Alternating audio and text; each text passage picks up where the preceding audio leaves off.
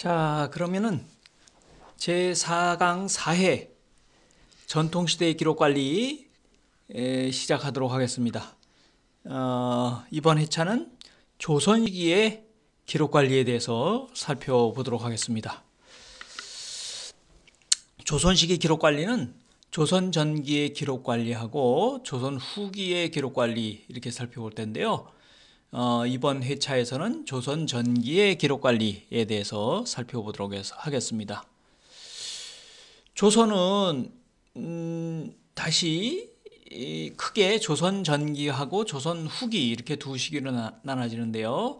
조선 전기는 조선이 건국을 했던 1392년부터 이 임진왜란하고 병자호란, 임진왜란이 1592년이죠. 병자호란이 1636년, 그 두 차례의 전란을 거치면서 조선 시기의 사회 성격이 크게 변합니다. 그래서 그 임진왜란하고 병자호란 이전의 시기가 조선 전기고 그 이후가 조선 후기입니다. 그래서 이번 회차에서는 조선 전기의 기록 관리에 대해서 살펴보도록 하겠습니다.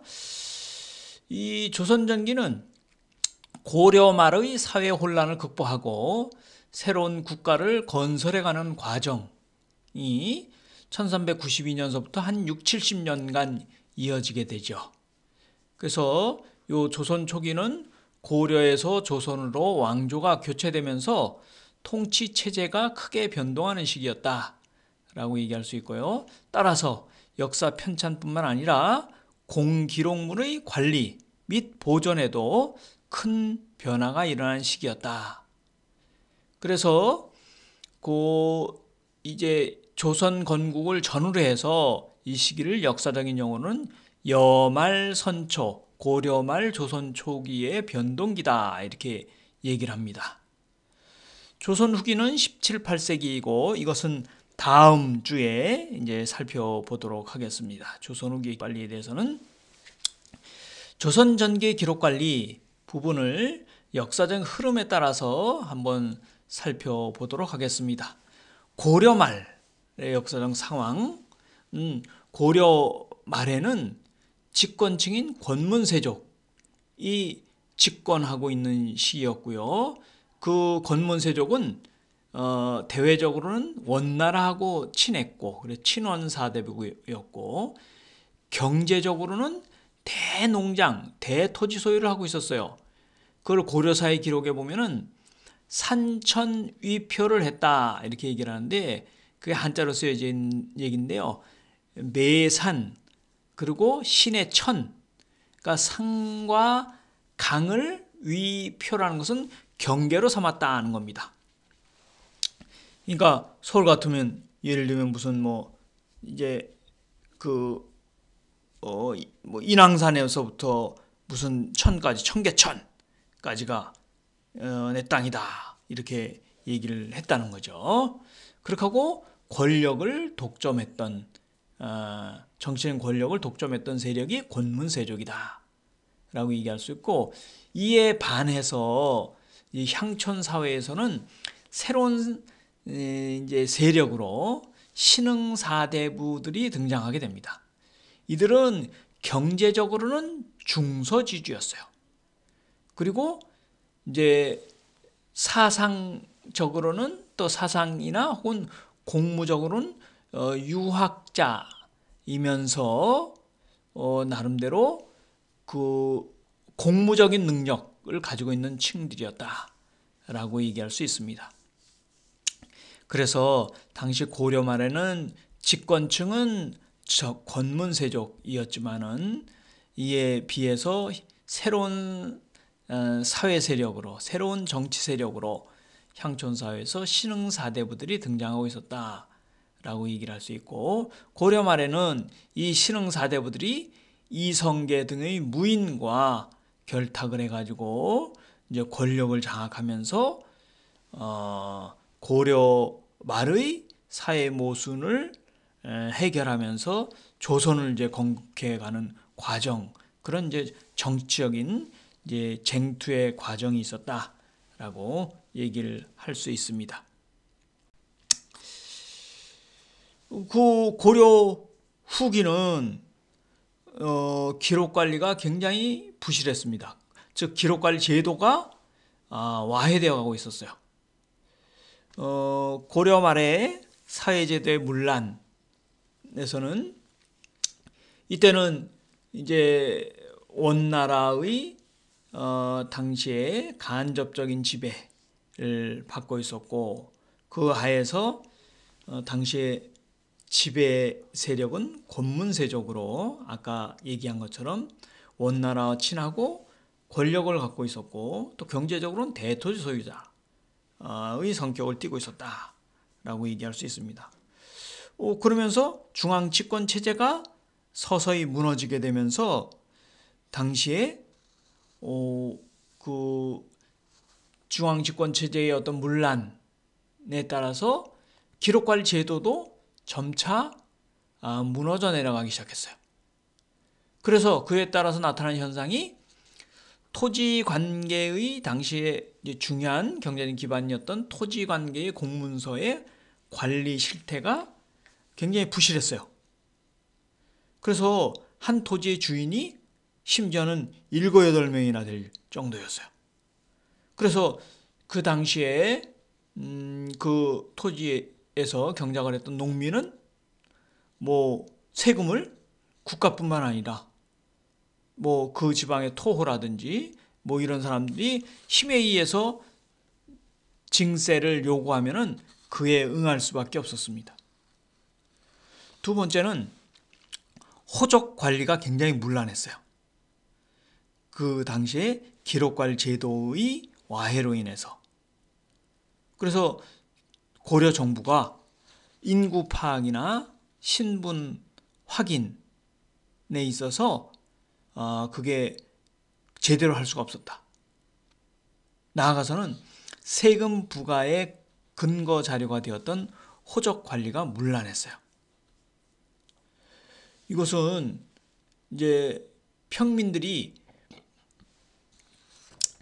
자기가 토지를 소유하고 있고 또 자기가 평민임에도 불구하고 당시에 이 기록관리 제도의 어떤 문란에 의해서 그 세력가들이 토지에 대한 세금을 막 요구를 하면은 그에 응할 수밖에 없었기 때문에 그것을 소위 그런 많은 그 큰 부담을 피하고자 해서 그 지방에서 힘이 있는 권력자에게 자기 토지뿐만 아니라 자기 신분도 그 사람에게 투탁을 해요. 의지를 합니다. 한자가 투탁인데, 즉 평민이라는 신분과 자기의 토지조차도 그 유력 가문에게 그것을 맡기게 됩니다. 그러면 그 사람에게만 세금을 내면 되는 거예요. 자, 그렇게 되자 고려 정부의 입장에서 보면은 그 토지에서 세금을 걷고 또 그 민에게 군역을 부과해야 되는데 그거를 할 수가 없게 되는 거죠. 왜냐하면 그 평민은 유력 가문에 종속된 사람으로 파악이 되니까. 그렇게 되자 국가재정은 점점 부실하게 되었어요. 세 번째는 기록관리 제도가 문란 내지는 와해되게 되자 소송이 민과 민 혹은 민과 그 당시 귀족 간의 소송이 폭발적으로 증가했어요. 그래서 호적뿐만 아니라 토지 관련 그 송사가 폭발적으로 증가하게 됐습니다. 그래서 당시에 이제 개혁군주로 나섰던 공민왕은 일반 평민이 자기가 지방의 유력 가문에게 자기 신분과 토지를 투탁을 한 그것을 가려내서 원래의 평민의 지위를 부과하는 특별 기구를 만들어요. 그게 여기 한자로 쓰여놓은 전민변정도감입니다. 즉 유력한 그 지방의 유력자에게 소속돼 있는 그 사람이 예전부터 노비였는지 혹은 평민이 투탁을 한 건지, 또 그가 가지고 있는 토지가 그 이제 유력 가문의 토지인지 혹은 평민의 토지인지 이것을 가려서 다시 원래의 위치로 되돌리려고 하는 그런 그 시대의 전면적인 개혁기구가 전민변정도감이었어요. 이것이 고려 말의 개혁 정책의 핵심적인 내용이었습니다. 그러나 당시 이제 기록관리 체제의 제도가 부실했기 때문에 공문서가 제대로 이제 정리되고 관리되지 못해서 나름대로 그 부실한 공문서 제도를 이용해서 당시의 유력자측인 권문세족들은 그 공문서를 통해 가지고 자기가 평민의 이제 그 토지와 또 평민의 신분을 그가 내 노비다, 평민임에도 불구하고 그 평민이 갖고 있는 토지를 내 토지다, 이렇게 이제 주장을 하게 되었다는 거죠. 이제 그것을 해결하는 것이 그 당시에 시대적으로는 굉장히 중요한 그 해결 과제였다라고 얘기할 수 있습니다. 자, 그렇게 된 요인은 또 기록 관리적인 측면에서도 있긴 있었는데, 그것은 고려 중기 이후에 그 금속활자의 발명, 즉 1377년에 금속활자가 이제 발명이 됐다고 했죠. 또 목판인쇄술의 그 전 시기에 목판인쇄 기술의 발달과 함께 기록물의 생산량이 크게 증가했어요. 고려 전기에는 적은 양의 공기록물을 생산하고 관리하는 차원에서 제도를 운영했기 때문에 소수의 관리자 및 소규모의 기구만으로도 공기록 관리가 가능했습니다. 그러나 고려 후기에 들어와서 사회가 복잡해짐에 따라서 통치기구 및 조직이 확대되었고, 그에 따라서 민간인들의 행정 수요가 크게 증가했어요. 이로 인해서 고려 말에는 공기록물의 종류 및 양이 크게 증가하였고, 종래의 기록물 관리 제도로는 도저히 그것을 수용할 수 없었기 때문에 고려 말에는 총체적인 위기의 상황을 맞게 되었다, 이렇게 얘기할 수 있습니다. 그래서 고려 후기에는 기록관리 제도의 개혁을 시도하려고 했던 그 지식인들이 꽤 나타나게 되었습니다. 이 시기는 공기록물의 관리 부실로 국정을 수행함에 있어 책임 소재가 불분명해지고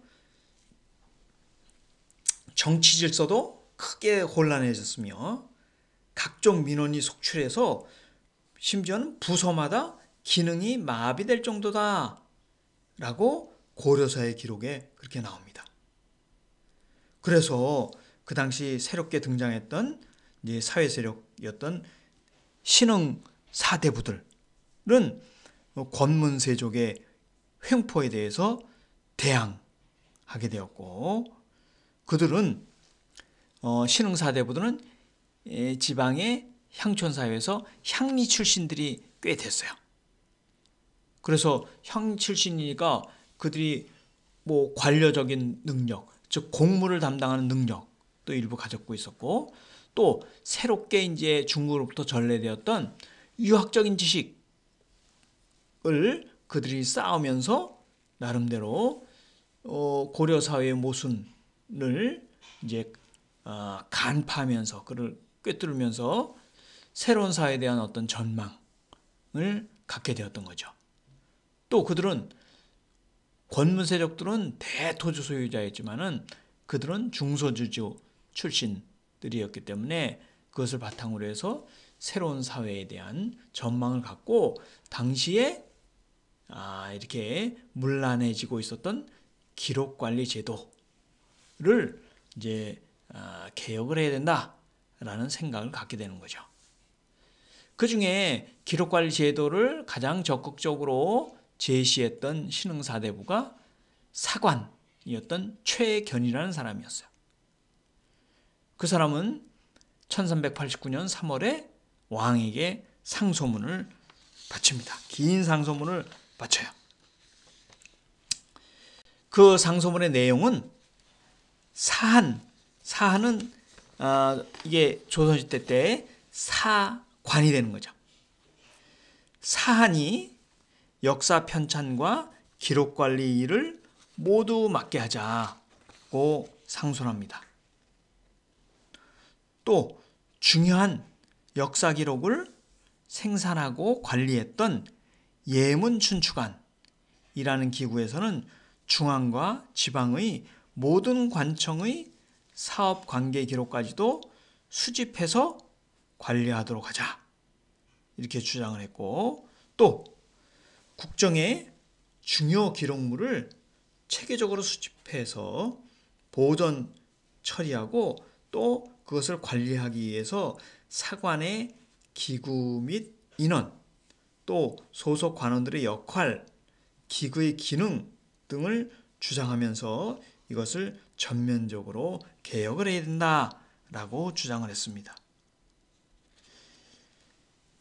이러한 공기록 관리의 어떤 개혁을 주장하는 배경에는 기본적으로 이렇게 함으로써 역사 편찬을 충실히 하고자 할 뿐만 아니라 당시 만연하고 있었던 행정의 난맥상이 공기록을 부실해서 비롯다고 보고 이를 근본적으로 해결하고자 하는 의도를 가진 것이다 라고 얘기할 수 있습니다.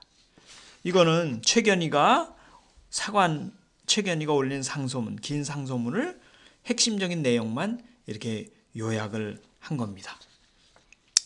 그렇게 기본적으로 신흥사대부들은 고려 말에 문란한 기록관리 제도를 개혁해서 제대로 된 공기록관리 제도를 만들어야지만이 이제 그 합리적이면서 정상적인 국가 운영을 해갈 수 있겠다, 이렇게 판단을 했던 것이죠. 그래서 조선이 건국되는 과정 속에서 이제 고려 말에서 조선이 건국되면서 공기록 관리 체제가 정립되게 됩니다. 그래서 최견의 상소문이 조선을 건국하는 과정 속에서 정책에 반영이 되게 되죠. 그래서 그것이 법제화됩니다. 맨 처음엔 그래서 태조 때 최초의 법전인 원육전이라고 하는 거기 법조문으로 들어가게 되고, 나중에 세조 때 이게 조선의 당시의 기록관리 제도뿐만 아니라 정치, 경제, 사회 이런 모든 제도를 이게 법조문으로서 정비를 한 완성된 조선식의 법전이 경국대전이에요. 그래서 경국대전에 이런 최견의 상소문으로 제시되었던 기록관리 제도의 어떤 개편이 여기에 이제 반영이 되어서 이제 조문으로 들어가게 됩니다. 그것이 나중에 조선 시기에 공문서 양식이 정립되는 과정이었다라고 얘기를 할 수 있습니다.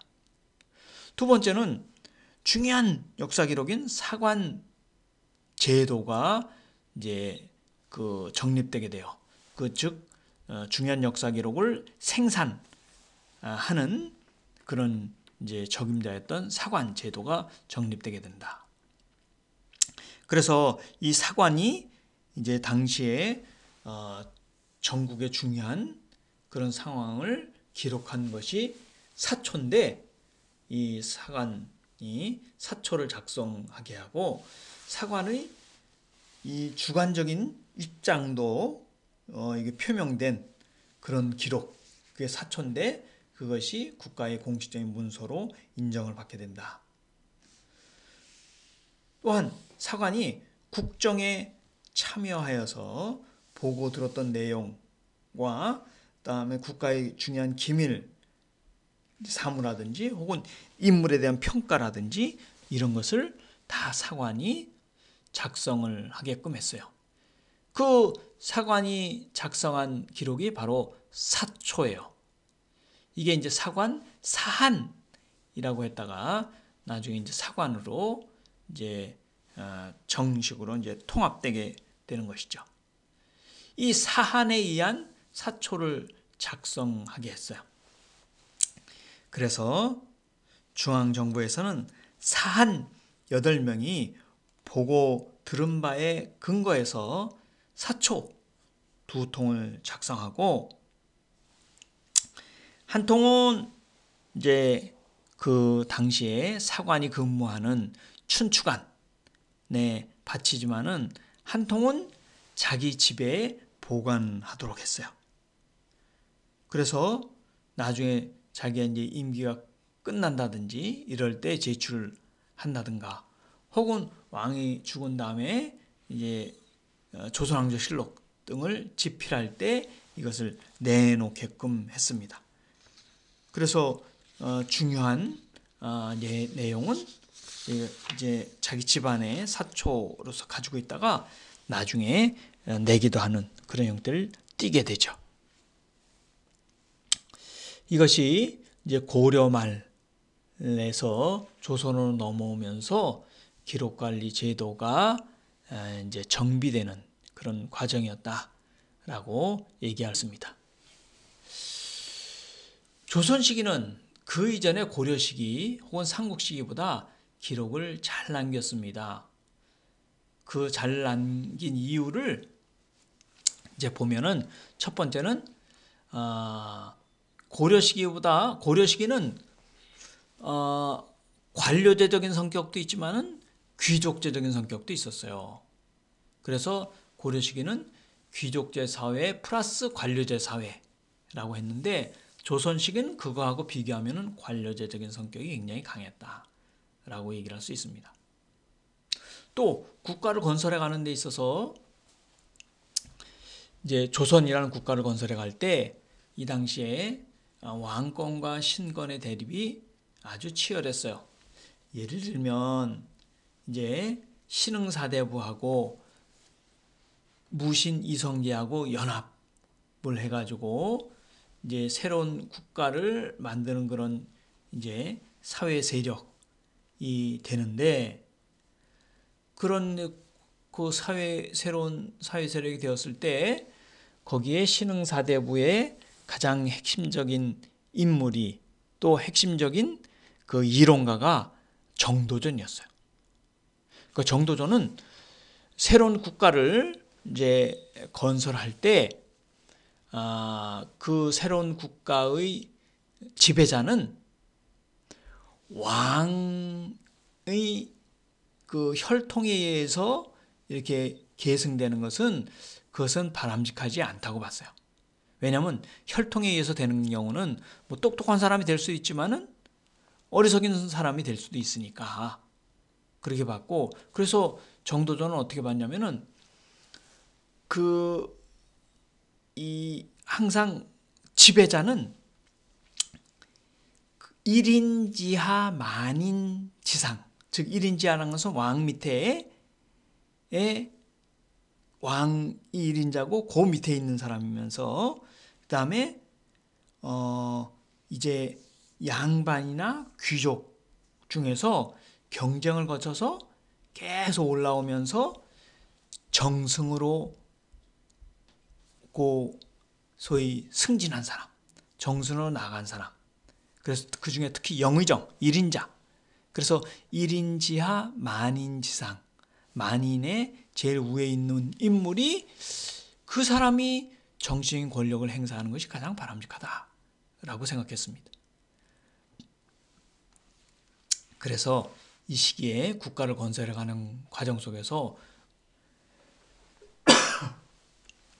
왕권과 신권이 치열하게 대립을 했는데, 그 중에서 이제 신권이 이제 약화되면서 그 이성계가 이제 나중에 정도전한테 왕위를 일정 부분을 이제 그 부탁을 하지만은 부탁을 한 이후에 원래 이성계는 첫째 부인이 한씨 소생에 6아들이 있었어요. 그리고 한씨 부인이 죽자, 첫째 부인이 죽자 둘째 부인을 얻었어요. 강씨를 얻었는데 강씨에서 이제 강씨로부터 2아들이 태어났어요. 그래서 이성계는 이 2아들을 굉장히 기여해서 왕위를 강씨 소생의 방번 방석에게 주려고 했어요. 그렇게 되자 그것을 부탁을 하면서 그것의 그 나름대로 보호를 정도전에게 부탁을 해요. 그것을 한씨 소생의 5번째 아들이었던 이방원이가 그것을 용납하지 않죠.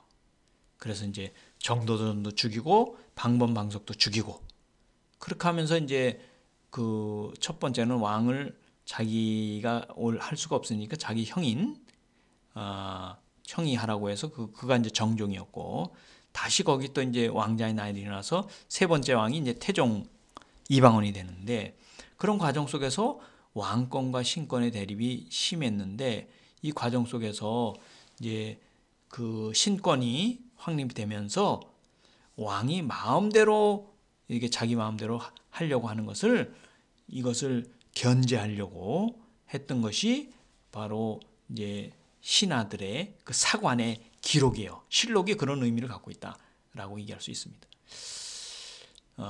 뭐 시간 관계상 길게 얘기하기가 좀 어려워서 하여튼 그런 측면에서 왕의 일거수일투족을 다 사관들이 다 기록으로 남기게 해서 예를 태종 이방원 같은 경우도 일거수일투족을 다 그 기록으로 남기게 했습니다.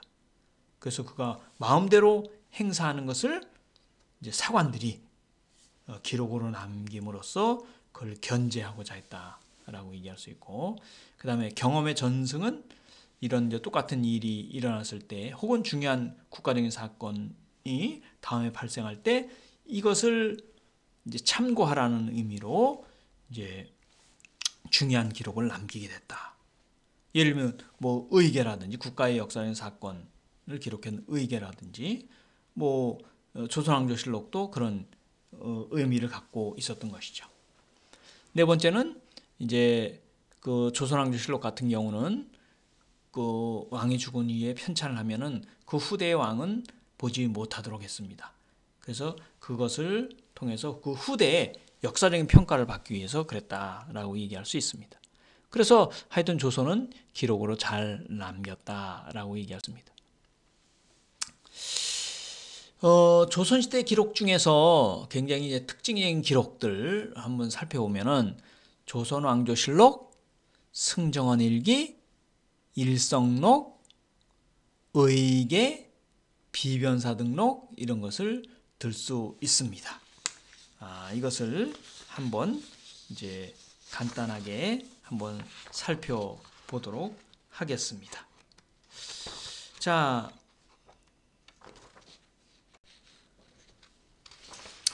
조선 전기의 기록 관리에 있어서 중요한 역할을 했던 왕은 세종이었어요. 세종은 조선왕조의 기틀을 세웠던 왕이었고, 기록 관리 입장에서 보면은 그는 이제 나름대로 이제 집현전이라고 하는 특별 기구를 설치를 해서 이제 나름대로 당시에 조선시기의 어떤 개혁 정책을 펼쳐가려고 했고, 그다음에 한글을 창제하고 기록을 정비를 하고, 그 다음에 조선왕조실록의 어떤 관리의 전통을 만들게 되었습니다. 자, 그것을 한번 살펴보도록 하죠. 이건 이제 세종의 실제로 그 영정이 아니에요. 조선 시기에 그 이제 왕의 그 초상화를 어진이라고 하는데, 어진으로서 남아있는 왕은 물론 왕마다 다 이렇게 초상화를 그렸지만은 그 위에 우리 한국 근현대사의 이제 역동기를 거치면서 다 초상화가 다 분실됐어요. 즉 어진이 분실됐습니다. 그래서 남아있는 어진은 딱 세 왕밖에 없어요. 태조 이성계하고 그 다음에 영조의 어진하고 그 다음에 철종의 어진, 세 어진만 남아있습니다. 그런데 예를 들면 세종이나 정조나 이런 인물들은 조선시대 왕 중에서 가장 큰 업적을 남겼기 때문에 그에 대한 이제 하여튼 그 기술을 많이 해야 되는데 그 인물을 보여줄 수가 없으니까 국가에서 당시의 조선왕조실록 등을 비롯한 그 조선시기 기록을 바탕으로 남겨진 기록을 참고하면서 이게 표준영정으로 만든 거예요. 그래서 이제 이건 세종의 표준영정입니다. 실제 인물의 초상화가 아니고 어진이 아니고. 그래서 요거는 세종은 조선왕조의 기틀을 마련했던 왕이었다. 아까 얘기를 했죠. 집현전을 설치를 해서 문신을 등용하고 개혁정책을 입안하고 집행을 해갔다라고 얘기를 할 수 있습니다. 그렇게 하고 기록을 하여튼 정비를 해간 왕이고, 특히 중요한 업적은 그가 한글을 이제 창제함으로써 당시에 나름대로 이제 조선 왕조나 우리 이제 한민족의 가장 중요한 어떤 정체성을 갖고 정보를 전달하는 데 있어서 세계적으로 하여튼 우수한 문자를 창제했다라고 얘기를 할 수 있습니다. 자, 이게 이제 훈민정음 해례본입니다. 한글을 창제하고 나서 이것을 어떻게 그 적용을 할 것인가, 사용할 것인가에 대한 그 이제 사례를 적은 책이에요. 이거는 그래서 세계 기록문화유산으로 등재되어 있습니다. 하여튼 세계 인류의 문명의 어떤 풍부함을 가져온 것이다 라고 얘기할 수 있습니다. 그리고 이건 이제 조선왕조실록이죠. 그 조선왕조실록은 제1대 태조부터 제25대 철종까지 약 472년간의 기록을 편년체로 요약 정리한 것입니다. 조선왕조실록은 왕이 죽은 후에 춘추관의 사관들이 일생 동안의 그 왕의 일생 동안의 업적을 요약 정리하는 식으로 편찬됐어요. 이게 오른쪽에 있는 것은 이제 겉에는 비단으로 싼 표지입니다. 이렇게 했고요. 조선왕조실록이 갖고 있는 기록학적인 어떤 가치는 현재 세계기록문화유산으로 등재되어 있고요. 조선시기 역사, 문화, 사건을 요약한 책입니다. 핵심적으로 요약 정리한 책이다. 그리고 왕권을 견제를 하고 있었고, 현재의 경험을 전승, 후세 전승해서 후세에 나름대로 그것을 참조하도록 했고, 당대의 역사적 사건을 후세에 역사적으로 평가를 하게끔 하는 그런 이제 가치를 지녔다라고 얘기를 할 수 있습니다. 실록의 편찬과 관리는, 실록의 편찬은 사관이 편찬을 하고, 실록은 조선 전기에는 4대 사고에 관리를 하게 했다가 나중에는 조선 후기는 5대 사고가 되게 되죠. 그렇게 하고 실록의 보존과 활용은 실록 형지안이라고 하는 실록의 열람장부예요. 그것을 통해서 관리를 하도록 했습니다. 그래서 실록을 보존하고 관리하는 그런 형태를 띠게 되었다라고 얘기할 수 있습니다. 요거는 승정원 일기입니다. 승정원 일기는 조선시대 왕명의 출납, 왕명이 들고 나가는 것을 관리하면서 요새식으로 하면 이제 대통령 비서실의 기능을 행했던 것이 승정원이에요. 비서실의 기능을 행했던 승정원에서 날마다 취급한 문서와 사건을 일자별로 기록을 했어요. 그래서 조선 건국 초부터 이제 그 기록한 것으로 여겨지지만은 임진왜란하고 병자호란을 거치면서 그 사이에 다 불타가지고 1623년부터 1910년까지 288년간의 기록만 남아 있습니다. 그 288년의 기록이 무려 3243책이에요. 단일 기록으로는 가장 많은 양으로 기록되어 있는 것이 승정원 일기입니다. 이 겉에 표지는 이게 3배예요. 3배. 이것은 이 대통령 비서실에 근무했던 그 사람이 소위 이제 승지가 기록을 했기 때문에 이건 유일본이에요. 한 부밖에 없습니다. 조선왕조실록은 4부 내지 5부만을 만들어서 이렇게 분산 배치했지만은 승정원 일기는 딱 한 부다라고 얘기를 할 수 있습니다. 그래서 이것도 세계 기록문화유산에 등재되어 있죠. 일성록은 정조가 세손 시절부터 써온 일기가 왕이 된 후에도 귀장각에서 계속 그것을 기록하게 했고 그 이후의 왕들 역시 정조를 모범 삼아서 국정일기를 써나가게 해서 이게 모은 책입니다. 그래서 일성록은 정조부터 마지막 왕인 순종까지 151년에 걸쳐서 기록된 책이 2327책이에요. 이것도 세계 기록문화유산으로 등재되어 있습니다. 자, 조선전기의 기록 관리는 시간 관계상 여기까지 하도록 하겠습니다. 자, 장시간 듣느라고 고생하셨습니다.